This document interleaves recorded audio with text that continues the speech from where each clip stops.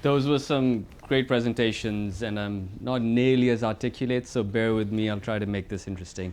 My name is Faraan. I'm the founder and CEO at award-winning Saarey Music, that is now the world leader for South Asian classical music. We are very much a consumer music tech platform.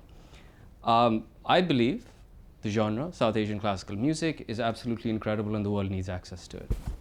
I've grown up listening to it. I've been working in it now for over 20 years.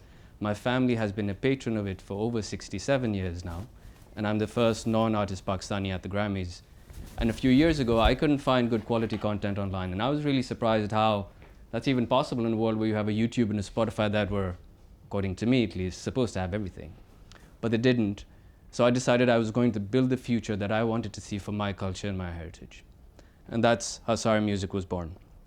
And in that journey, I learned that there are other South Asians like me across India, Pakistan, Bangladesh, the US, UK, wherever you have Indians, Pakistani, Bangladeshis, who actually love the culture, but they don't have easy access to it because of the large content gaps that exist in existing online digital platforms. And they also lack the relevant metadata infrastructure to be able to deliver the culturally nuanced experience that people are looking for that they just don't get in that generalist experience. And if you can hear that, that was a sample of what it sounds like. So what we've done in a fragmented South Asian classical music rights market is to be able to bring together all of these different right holders under Saarey Music under a very unique licensing deal, where normally with streaming services, margins are 25 to 30%. We've been able to negotiate licenses, which gives a 97% margins on an exclusive basis on a fixed term licensing fee.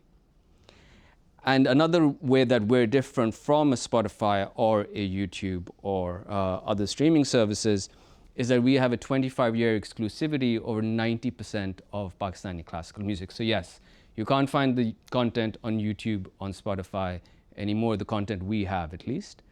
And along with that, for consumers, along with the fact that you can't find the content anywhere else, the fact that we've built it for the nuances of the culture is why people are paying us 12 times more than what they're paying for anything else. So for example, there are different pieces of music that are for the morning time. There are different pieces of music that are for the evening time, different for the summertime when it's raining. And so we've built the entire, thank you for that head nod, for understand. So we've built the underlying metadata infrastructure to be able to deliver that really nuanced experience. And so in a market that is notorious for not being willing to pay, like India and Pakistan, people paying us 12 times more than what they pay for other streaming services, they're spending significantly more on Saarey Music than people spend generally on streaming services. The average is between 300 and 450 minutes that people spend. People spending close to 2,600 minutes. So that's about 2 hours a day on average that people are spending on Saarey Music. And for people who understand CLV to CAC, customer lifetime value or customer acquisition cost, you can also think of it as a return on investment. We are now exceeding the benchmark, which is 5 times the investment, 5x of the investment that we're making, where we're closing in on 18x of the investment. For every dollar or every pound that we invest, we now get back 18 times that investment. And the revenues are continuing to grow. And normally when you have a higher price point like we have for the market, there's a tendency for the retention to fall down. Generally average, and if you're for an Andreessen Horowitz, they published a report that for consumer apps like us, average retention after month 1 is about 10%. Our retention after month 1 has consistently been above 70%. And the notorious Indian Pakistani market that doesn't pay, when we ask them what other apps they pay for, 95% of them say they don't pay for any other music streaming service. And surprisingly, when one normally thinks of classical music, one thinks skewing older. It turns out that 54% of our users are actually 18 to 35 years old, something we were not expecting when we started. Because we've built something that is unique to the culture and goes deep into how people identify themselves, we have a Net Promoter Score of nearly 90%, a 4.5 out of 5 stars on the Google Play Store, which is now, in the last 28 days, actually gone up to 4.9 stars. People say stuff like it's a classical music lover's dream. It's a ritual to listen to at least one song just to go to sleep.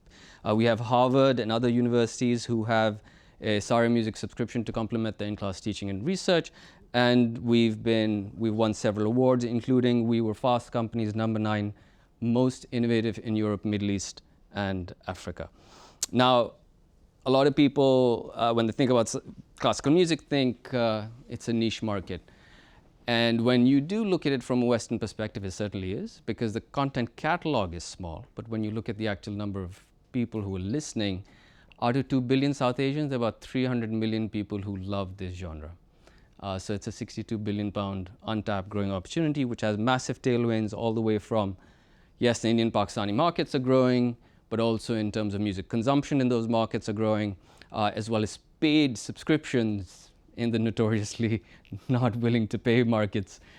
They're starting to now pay for this music as well. I'm not alone in this. I'm absolutely full-time. I didn't have the luxury of being able to do it as a side gig.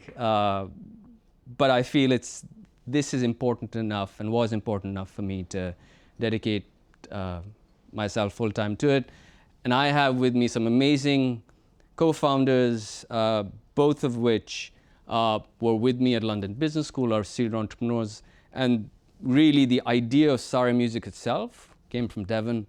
And the idea of how to actually build a tech platform, that's really Nick. And then we have lots of people in our team. We're a digital team. We have people spread across the world, from India to Pakistan to Turkey to Iran, as well as here. We have amazing investors backing us. One of my earliest backers is Rahul. He's here with us today. And then we have people who were early investors in Spotify and Facebook and some amazing consumer companies.